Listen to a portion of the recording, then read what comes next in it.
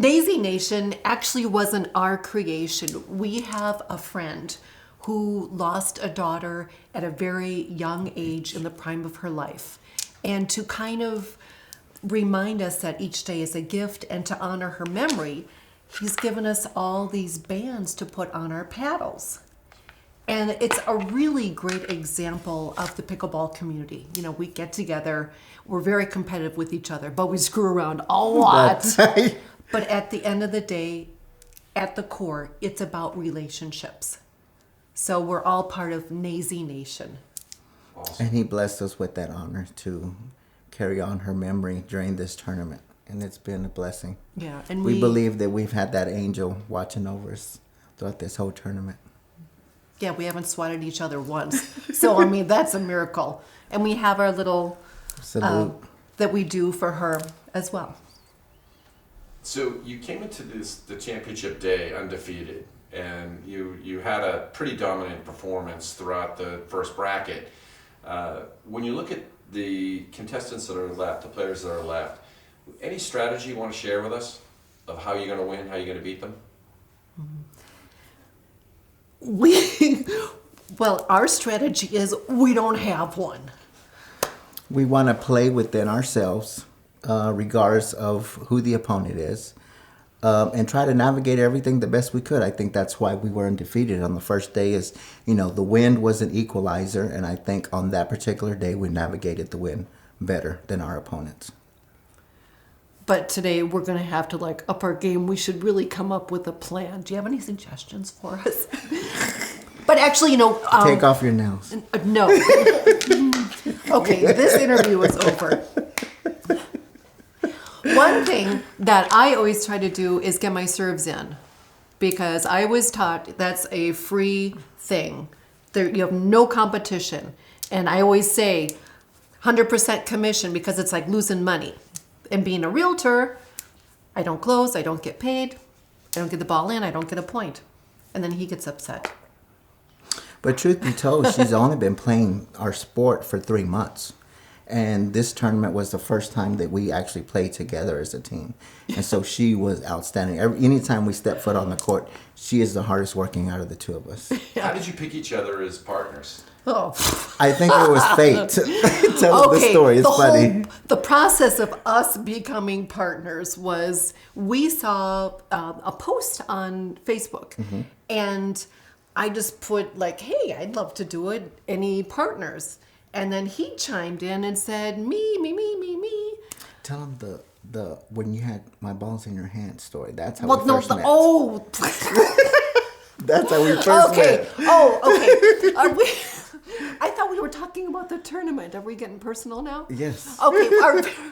The very first time we actually met, we were playing up at the plaza. We were warming up, actually. Yeah. And on your balls, you mark them. Your wiffle balls, not the other balls. You mark them somehow. So we were playing around. It was time to, round up. And I said, oh, hey, this is my ball. He says, no, this is my ball. I said, it's got JM on it. And he's like, well, I'm JM. And I'm like, oh. And the rest is history. Yeah. Have you played against each other? Yes. Yes, we have. And how would you diagnose each other's strengths and weaknesses? She's a hard worker. That's her strength. She's got a killer backhand. She's got the legs and the reach, so it's hard to get around her. And she's unpredictable. Those are her strengths. His strength is he has one wicked serve.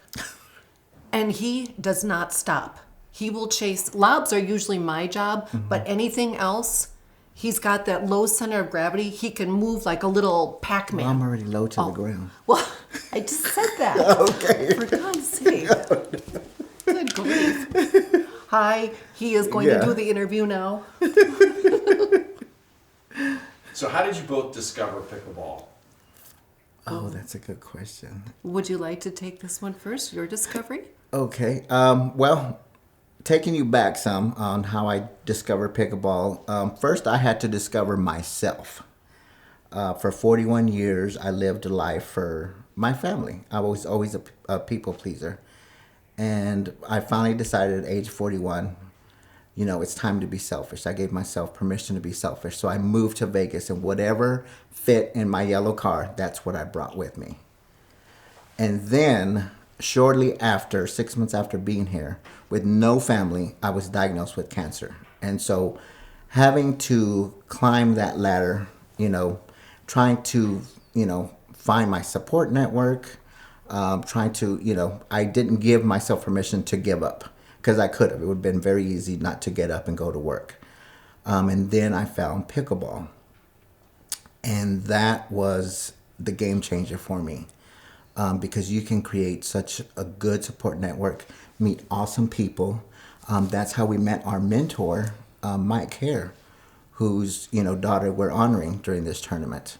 That's another person who's gone through some struggles. And so every time I step foot on the court, I have to remind myself there's a battle that somebody's going through that I know nothing about.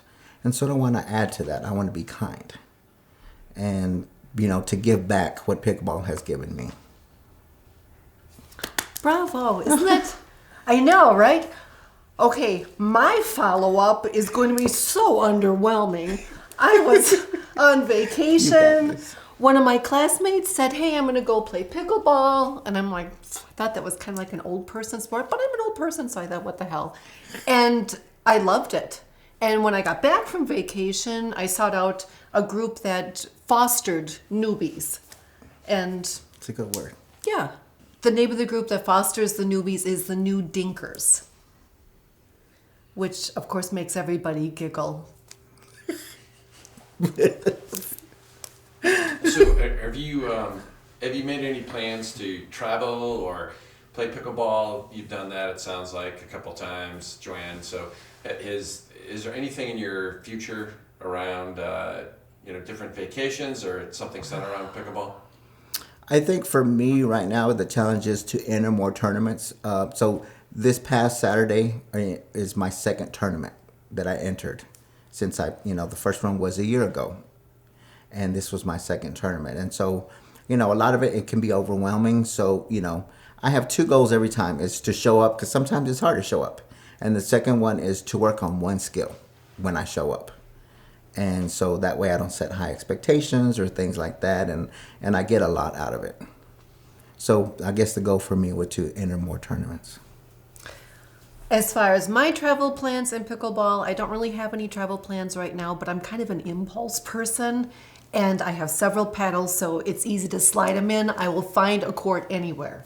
Great. And like Visa and MasterCard, I'll be welcomed. Thank you. Everywhere. Thank you.